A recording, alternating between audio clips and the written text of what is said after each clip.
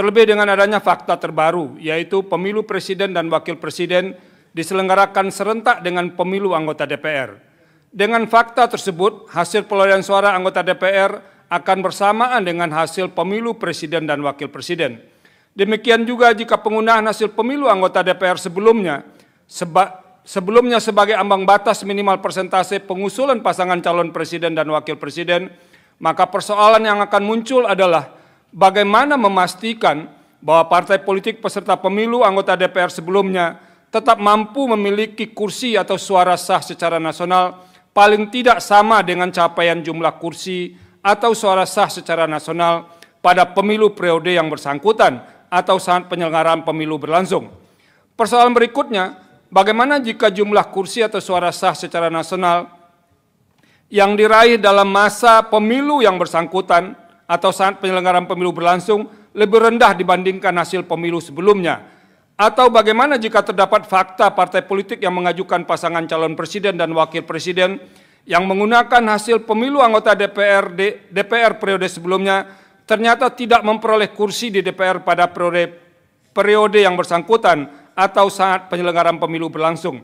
Bahkan dalam batas penalaran yang wajar, dengan menggunakan hasil pemilu anggota DPR periode sebelumnya, terbuka kemungkinan partai politik pengusul pasangan calon presiden dan wakil presiden tidak mampu lagi menjadi peserta pemilu pada periode yang bersangkutan atau saat penyelenggaraan pemilu berlangsung. Semua persoalan tersebut berpeluang terjadi karena dinamika politik dari suatu periode pemilu ke periode berikutnya dapat berubah secara drastis, sehingga sulit mempertahankan rasional hasil pemilu anggota DPR sebelumnya sebagai dasar untuk mengusulkan pasangan calon presiden dan wakil presiden pada periode yang bersangkutan atau saat penyelenggaraan pemilu berlangsung. Artinya secara sederhana, misalnya apabila diletakkan dalam konteks penyelenggaraan pemilu 2029, bagaimana mempertahankan rasionalitas hasil pemilu anggota DPR periode 2024 tetap valid digunakan untuk mengusulkan pasangan calon presiden dan wakil presiden pada pemilu 2029. Terlebih secara tekstual, keberadaan norma ambang batas minimal persentase pengusulan pasangan calon presiden dan wakil presiden telah ternyata tidak terkait langsung dengan upaya melakukan penyederhanaan jumlah partai politik peserta pemilu. Boleh berlanjut dengan merujuk risalah pembahasan pasal 6A ayat 2 Undang-Undang Dasar NRI tahun 1945. Pengusulan pasangan calon presiden dan wakil presiden oleh partai politik atau gabungan partai politik peserta pemilu merupakan hak konstitusional partai politik yang bersangkutan.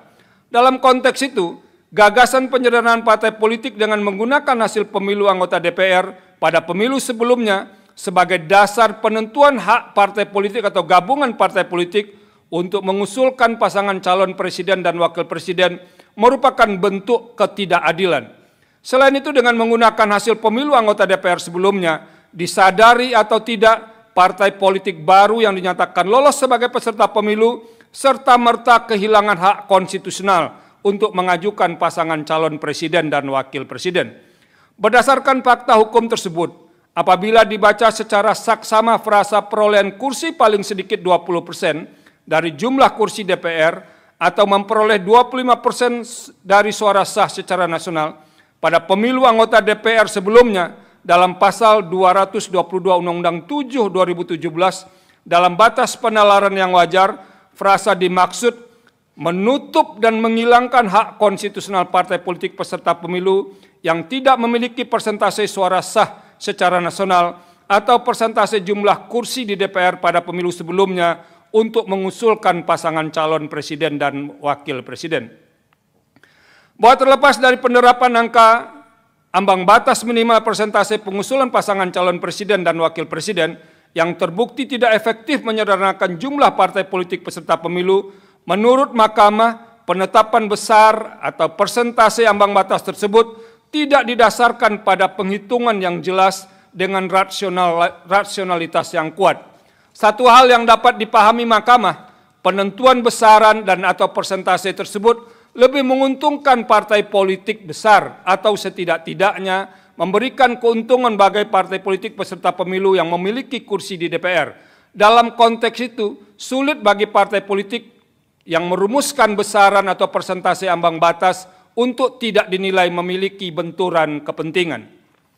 Bahwa apabila diletakkan dalam substansi materi atau perumusan pasal 6 6A Undang-Undang Dasar NRI tahun 45, disadari atau tidak, ambang batas minimal persentase pengusulan pasangan calon presiden dan wakil presiden berpotensi mengabaikan spirit constitutional engineering yang tertuang dalam pasal 6A ayat 3 Undang-Undang Dasar NRI tahun 1945 yang secara implisit membuka ruang agar presiden dan wakil presiden, agar calon presiden dan wakil presiden lebih dari 2 pasangan calon presiden. Dalam batas penalaran yang wajar, semangat pasal 6A ayat 3 Undang-Undang Dasar NRI tahun 1945 adalah untuk mendapatkan presiden dan wakil presiden yang mencerminkan sekaligus merepresentasikan fakta kebinekaan Indonesia. Tidak hanya itu, kecenderungan tersebut akan mengarah pada hilangnya hak politik dan kedaulatan rakyat karena hak memilih dalam pemilu presiden dan wakil presiden dibatasi dengan tidak tersedianya cukup banyak alternatif pilihan pasangan calon presiden dan wakil presiden yang ditawarkan kepada pemilih. Oleh karena itu, Mahkamah perlu menempatkan dan sekaligus memberikan prioritas pada jaminan pemenuhan hak konstitusional warga negara atau pemilih untuk mendapatkan calon presiden dan wakil presiden yang lebih beragam melalui kontestasi yang fair dan terbuka yang diusulkan oleh partai politik atau gabungan partai politik peserta pemilu sebagaimana dimaksud dalam pasal 6A ayat 2 Undang-Undang Dasar NRI tahun 1945. Sebagai pelindung hak konstitusional warga negara, bagi Mahkamah pemenuhan hak politik warga negara, inkasu hak untuk memilih dan hak untuk dipilih, jauh lebih penting dibandingkan kehendak untuk menyederhanakan partai politik dalam rangka menopang penguatan sistem presidensial. Pemenuhan tersebut menjadi kewajiban bagi Mahkamah dalam rangka perlindungan hak konstitusional warga negara. Tidak hanya itu, penyediaan alternatif pasangan calon presiden dan wakil presiden yang lebih beragam dapat dipahami sebagai bagian dari upaya mewujudkan kedaulatan rakyat sebagaimana termaktub dalam pasal 1 ayat 2 Undang-Undang Dasar NRI tahun 1945. Dalam konteks itu, segala pengaturan yang menghalangi hak rakyat untuk memenuhi hak politik, termasuk hak untuk mendapatkan pasangan calon presiden dan wakil presiden yang beragam, hal demikian dapat dinilai tidak sejalan dengan upaya pemenuhan prinsip kedaulatan rakyat sebagaimana dijamin dalam pasal 1 angka 3 Undang-Undang Dasar NRI tahun 1945. Bahwa selanjutnya dengan terus mempertahankan ketentuan batas minimal persentase pengusulan pasangan calon presiden dan wakil presiden, dan setelah mempelajari secara saksama arah pergerakan politik mutakhir Indonesia, terbaca kecenderungan untuk selalu mengupayakan agar setiap pemilu presiden dan wakil presiden hanya terdapat 2 pasangan calon presiden. Padahal pengalaman sejak penyelenggaraan pemilu dan presiden dan wakil presiden secara langsung menunjukkan dengan hanya 2 pasangan calon presiden dan wakil presiden, masyarakat mudah terjebak dan dalam polarisasi atau masyarakat yang terbelah, yang sekiranya tidak diantisipasi akan mengancam keutuhan kebinekaan Indonesia. Bahkan jika pengaturan tersebut terus dibiarkan, tidak tertutup kemungkinan pemilu presiden dan wakil presiden akan terjebak dengan calon tunggal. Kecenderungan demikian paling tidak dapat dilihat dalam fenomena pemilihan kepala daerah dari waktu ke waktu yang semakin bergerak ke arah munculnya calon tunggal atau pemilihan dengan kotak kosong. Artinya membiarkan atau mempertahankan ambang batas minimal persentase pengusulan pasangan calon presiden dan wakil presiden sebagaimana diatur dalam pasal 222 Undang-Undang 7 2017 berpeluang atau berpotensi terhalangnya pelaksanaan pemilihan presiden dan wakil presiden secara langsung oleh rakyat dengan menyediakan banyak pilihan pasangan calon presiden dan wakil presiden. Jika hal itu terjadi, makna hakiki dari pasal 6A ayat 1 Undang-Undang Dasar NRI tahun 1945 akan hilang atau setidak-tidaknya bergeser dari salah satu tujuan yang hendak dicapai dari perubahan konstitusi, yaitu menyempurnakan aturan dasar mengenai jaminan pelaksanaan kedaulatan rakyat serta memperluas partisipasi rakyat agar sesuai dengan perkembangan demokrasi. Bahwa di samping pertimbangan tersebut di atas, dengan merujuk pada teori dan praktek hubungan antar pemegang kekuasaan eksekutif dan pemegang kekuasaan legislatif, menggunakan cara pandang, dukungan dari lembaga legislatif akan memperkuat praktek sistem presidensial adalah cara pandang yang tidak selalu dapat dibuktikan validitasnya. Jamak dipahami, dalam sistem presidensial, lembaga legislatif dan eksekutif adalah dua lembaga yang terpisah karena secara alamiah mendapat mandat secara berbeda dari pemilih atau berasal dari hasil pemilihan yang berbeda. Dalam konteks itu, sekalipun pemilu anggota legislatif dan pemilu presiden dilaksanakan secara serentak, namun sejatinya mandat rakyat atau mandat pemilih diberikan terpisah kepada kedua lembaga tersebut. Berbeda dengan sistem presidensial, pemilu dalam sistem parlementer hanya untuk memilih anggota parlemen. Karena hanya untuk memilih anggota legislatif atau parlemen, hasil pemilu anggota parlemen akan menjadi penentu pembentuk kekuasaan eksekutif. Oleh karena itu, menggunakan ambang batas minimal persentase pengusulan pasangan calon presiden dan wakil presiden berdasarkan perolehan suara kursi di DPR, sejatinya memaksakan logika sistem parlementer dalam praktek sistem presidensial Indonesia. Apabila diletakkan dalam salah satu gagasan besar perubahan Undang-Undang Dasar 1945, yaitu dalam rangka memurnikan sistem presidensial, cara pandang tersebut adalah tidak sejalan dengan semangat awal dilakukan perubahan Undang-Undang Dasar 1945. Paling tidak, semangat tersebut tidak sejalan dengan tujuan perubahan Undang-Undang Dasar 1945 sebagaimana telah dipertimbangkan dalam subparagraf 3.24.1 tersebut di atas, yaitu menyempurnakan dasar penyelenggaraan negara secara demokratis dan modern, antara lain melalui pembagian kekuasaan yang lebih tegas, sistem saling mengawasi, saling imbang, bukan hanya secara teori, studi perbanding atau comparative study, sebagaimana telah dipertimbangkan pada subparagraf 3.24.5 di atas, menunjukkan negara-negara yang menerapkan sistem presidensial multipartai seperti Indonesia sama sekali tidak menggunakan ambang batas minimal persentase pengusulan pasangan calon presiden dan wakil presiden. Hal tersebut diperkuat hasil studi misalnya di negara-negara Amerika Latin yang kebanyakan menganut sistem presidensial dengan model kepartean majemuk, tidak mengenal ambang batas minimal persentase pengusulan pasangan calon presiden dan wakil presiden. Tidak hanya itu, Amerika Serikat sebagai negara yang kerap menjadi rujukan dalam dinilai paling mapan dalam praktek sistem presidensial, tidak mengenal ambang batas minimal persentase pengusulan pasangan calon presiden dan wakil presiden.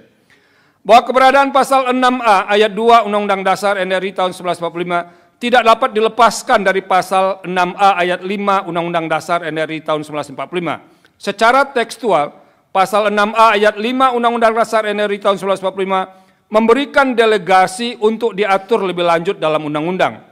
Artinya, meskipun mendapat delegasi, pengaturan yang dibuat berdasarkan delegasi tersebut harus tetap tunduk kepada pembatasan yang dikehendaki oleh norma pokok yang memberikan delegasi kepada undang-undang.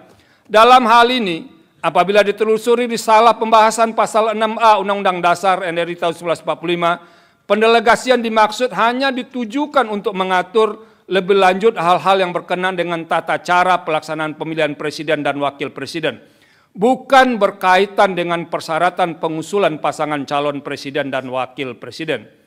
Andai pun hendak mengatur persyaratan, substansi pengaturan tersebut tidak boleh bertentangan dengan syarat-syarat yang sudah diatur dalam Undang-Undang Dasar NRI tahun 1945. Dalam hal ini, ketentuan pasal 6A ayat 2 Undang-Undang Dasar NRI tahun 1945 secara expressis verbis menyatakan pasangan calon presiden dan wakil presiden diusulkan oleh partai politik atau gabungan partai politik sebelum pelaksanaan pemilihan umum. Artinya, sepanjang partai politik sudah dinyatakan sebagai peserta pemilihan umum pada periode yang bersangkutan atau pada saat penyelenggaraan pemilu berlangsung, partai politik dimaksud memiliki hak konstitusional untuk mengusulkan pasangan calon presiden dan wakil presiden. Berkenaan dengan hal tersebut, Mahkamah perlu menegaskan, sekalipun pengusulan pasangan calon presiden dan wakil presiden merupakan bentuk hak partai politik peserta pemilu, karena hak tersebut menyangkut kepentingan pemenuhan hak konstitusional warga negara atau pemilih, maka hak konstitusional partai politik peserta pemilu dimaksud sekaligus mengandung kewajiban untuk dilaksanakan. Terlebih secara faktual, setelah 5 kali penyelenggaraan pemilu presiden dan wakil presiden secara langsung sejak tahun 2004, sudah cukup bagi Mahkamah untuk tetap menyatakan ambang batas pengusulan pasangan calon presiden dan wakil presiden sebagai kebijakan hukum terbuka pembentuk undang-undang. Terlebih terdapat pula fakta lain yang tidak kalah pentingnya. Dalam beberapa pemilu presiden dan wakil presiden, terdapat dominasi partai politik peserta pemilu tertentu dalam pengusulan pasangan calon presiden dan wakil presiden yang berdampak pada terbatasnya hak konstitusional pemilih dalam mendapatkan alternatif yang memadai pasangan calon presiden dan wakil presiden. Karena itu, setelah mencermati secara saksama dinamika dan kebutuhan penyelenggaraan negara, saat ini merupakan waktu yang tepat bagi Mahkamah untuk bergeser dari pendirian sebelumnya. Menimbang bahwa berdasarkan pertimbangan hukum di atas, menurut Mahkamah telah ternyata ambang batas minimal persentase pengusulan pasangan calon presiden dan wakil presiden sebagaimana ditentukan dalam pasal 222 Undang-Undang 7 2017 tidak hanya bertentangan dengan hak politik dan kedaulatan rakyat, namun juga melanggar moralitas, rasionalitas, dan ketidakadilan yang intolerabel secara nyata-nyata bertentangan dengan Undang-Undang Dasar NRI tahun 1945. Sehingga terdapat alasan yang kuat dan mendasar bagi Mahkamah untuk bergeser dari pendirian dalam putusan-putusan sebelumnya. Pergeseran pendirian tersebut tidak hanya menyangkut besaran atau angka persentase ambang batas, tetapi yang jauh lebih mendasar adalah rejim ambang batas pengusulan pasangan calon presiden dan wakil presiden atau presidensial threshold, berapapun besarnya atau angka persentasenya adalah bertentangan dengan pasal 6A ayat 2 Undang-Undang Dasar NRI tahun 1945. Dengan demikian, dalil para pemohon yang menyatakan ambang batas minimal persentase pengusulan pasangan calon presiden dan wakil presiden dalam pasal 222 Undang-Undang 7 2017 bertentangan dengan Undang-Undang Dasar NRI tahun 1945 dan tidak memiliki kekuatan hukum mengikat adalah beralasan menurut hukum.